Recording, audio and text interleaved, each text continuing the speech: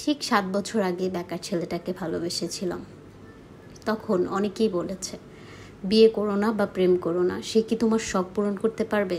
তুমি যে দামি জুতা পরো সেটাও সে কিনে দিতে পারবে না। এমন কথা আমার পরিবারের অনেকেই বলেছে। কারণ ছোটবেলা থেকে আমি আমার মায়ের খুব আদরে বড় হয়েছি। যা চেয়েছি, যখন চেয়েছি, সাথে সাথে হাজির।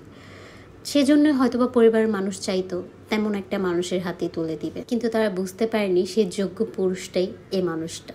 চলুন আজকে সে আমার কি ছোট্ট একটা ছোটবেলার শখ পূরণ করলো সেটাই আপনাদের সাথে শেয়ার করবো। অনেকেই জানতে চেয়েছিলেন, তো দেখে আসি আজকের ব্লগ।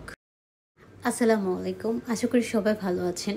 আজকের দিনটা যে এত ভালো যাবে বুঝতে পারিনি, কিন্তু আজকের দিনটা ভালো সেটা জেনেছি সকাল থেকেই। কারণ আপনাদের ভাইয়া গতকাল রাতেই বলে রেখেছে আজকে বিরিয়ানি খাবে। অনেকদিন ধরে বাসায় বিরিয়ানি রান্না হয় না। শুক্রবারেও যেহেতু ভালো মন্দ খাওয়া হয়নি, মনটা ভীষণ খারাপ ছিল সব কিছু নিয়ে, দেশের পরিস্থিতি নিয়ে। তোর বাবা বললে এত টেনশনের কিছু নাই, আল্লাহ সব কিছু ঠিক করে দেবে। আবার রাতে দেখলাম অনেক নিউজে যে বন্যার পানি কমতে শুরু করেছে, তো মনটা একটু হালকা লাগছিল। তারপর হচ্ছে সকালে উঠেই রান্না বান্না শুরু। আর আজকে যেহেতু তেমন কোনো রান্না করতে হবে না, জাস্ট বিরিয়ানি, আর রাতেই যেহেতু সব কিছু প্রিপারেশন করা ছিল, এই জন্য উঠেই হচ্ছে একটু লেট করেই উঠেছি ঘুম থেকে। উঠে সব রান্না বান্না বসাই দিছি।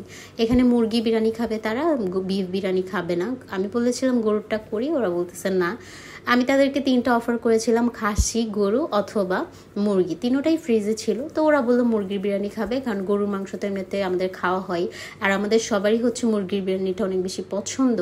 তারপর হচ্ছে এখানে আমি বাদাম, তারপর হচ্ছে বিরিয়ানির মশলা সব কিছু কষায় নিচ্ছিলাম। আর আমার হাতের বিরিয়ানি খুবই পছন্দ করে সবাই। আর এখানে তারা বাপ মেয়ে রোদ খেয়ে চলে আসছে। আর আমার হাজব্যান্ড হচ্ছে ক্যাপ পরে গিয়েছিল, কারণ হচ্ছে বাইরে প্রচণ্ড রোদ ছিল আজকে, মাশাল্লাহ।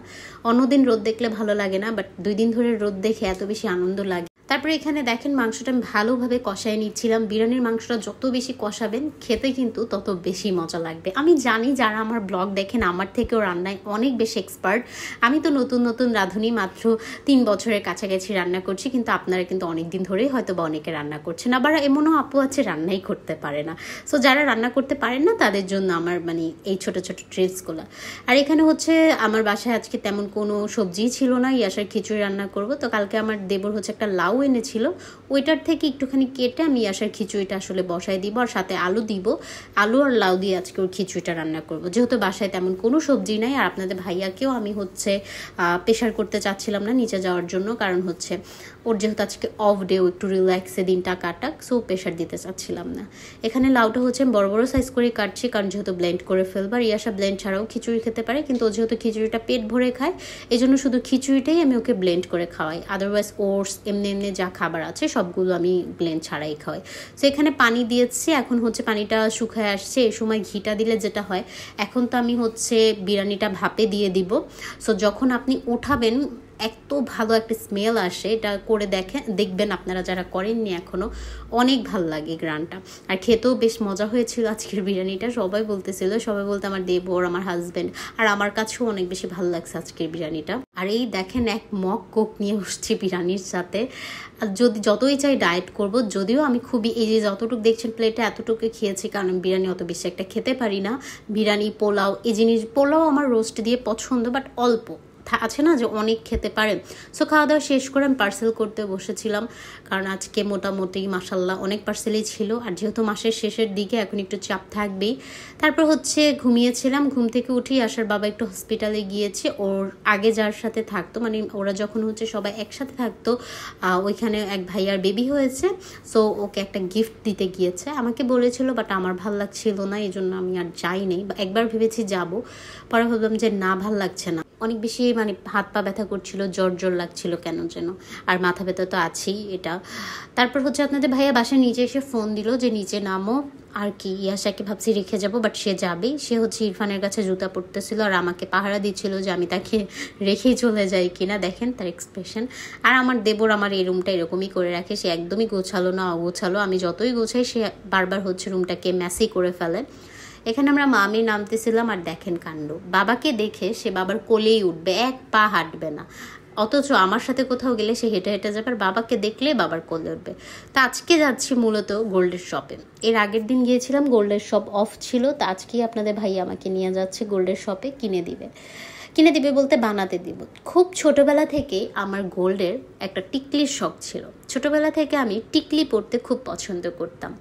আমার মা বলেছিল যে তোমার বিয়ের সময় একটা টিকলি বানাই দিব তোমাকে, তোমার যেহেতু এত শখ। যেহেতু বিয়ের সময় মা ছিল না, মানে কাবিনের সময় ছিল, আর কাবিনটা যেহেতু করোনার মধ্যে হয়েছে, তেমন কোনো গোল্ডই আমি আমার কাবিনে পরতে পারিনি, শুধু আম্মুর একটা বড় চেইন পরেছিলাম। আর আমার হাজব্যান্ডের বাসা থেকে আমাকে একটা রিং দেওয়া হয়েছিল, আমার শ্বশুর শাশুড়ি থেকে নিয়ে আসছিল, সেটাই পরেছিলাম, কারণ ওই তখন করোনা ছিল, সব বন্ধ ছিল, তেমন করে আর কিছুই বানাতে পারিনি। বিয়ের সময় যদিও একদম মাথা থেকে পা পর্যন্ত আমার বাবা এবং আমার শ্বশুর দুজনই দিয়েছিল স্বর্ণ, কিন্তু টিকলির যে একটা শখ সেটা কিন্তু আমার রয়ে গিয়েছিল। বিয়ের সময় যদিও আমার বাবা বলেছিল বানাতে, তখন আর আমি বলেছিলাম দরকার নেই, সিতিপাটি যেহেতু আছে, টিকলির কোনো প্রয়োজন নেই। তারপর আর বানানো হয়নি। বিয়ের অলমোস্ট আমার কাবিন হয়েছে 4 বছর, আর আমার অনুষ্ঠান হয়েছে প্রায় 2.5 বছরের কাছাকাছি। তো আপনাদের ভাইয়া কয়েকদিন ধরেই আমাকে প্রেশার দিচ্ছে যে চলো একটা টিকলি বানিয়ে দিই, কিন্তু আমি না যাচ্ছিলাম না। আমার কাছে মনে হচ্ছিল যে না, আরও কিছুদিন পরে বানাই, এখন দরকার নেই। আর সামনে যেহেতু আমার বিগ একটা প্ল্যান আছে, সো সেটা নিয়েই অনেক বেশি এক্সাইটেড আমরা দুজনই, হাজব্যান্ড ওয়াইফ। সো ওইগুলো নিয়ে আমরা ভাবতে ভাবতে না দিন চলে যায়। অন্য কিছু বন্য কাউকে নিয়ে ভাবা, বন্য নতুন কিছু কেনা এক্সট্রা করে, ওগুলো না আর হচ্ছে না। তারপরে ওর বাবা যেহেতু বলেছে, অনেকদিন ধরে বলছে, ইভেন আমার শ্বশুরও বলেছিল সৌদি থেকে পাঠাবে আমার জন্য একটা টিকলি, কিন্তু আমার জামাইয়ের যেমন তরিশ হইতেছিল না, আমাকে বানিয়ে দিতে হবে। তো অ্যাটলিস্ট আজকে গেলাম, যে হচ্ছে আমরা বানিয়ে নিয়ে আসলাম। কি আর করার, কিচ্ছু করার নেই। তার আবদার, মানে আমাকে আমি পরবো, সে জোর করতেছে। অনেকেই জানতে চেয়েছিলেন কি বানাতে দিয়েছি, তো বলেই তো দিলাম টিকলি বানিয়েছি।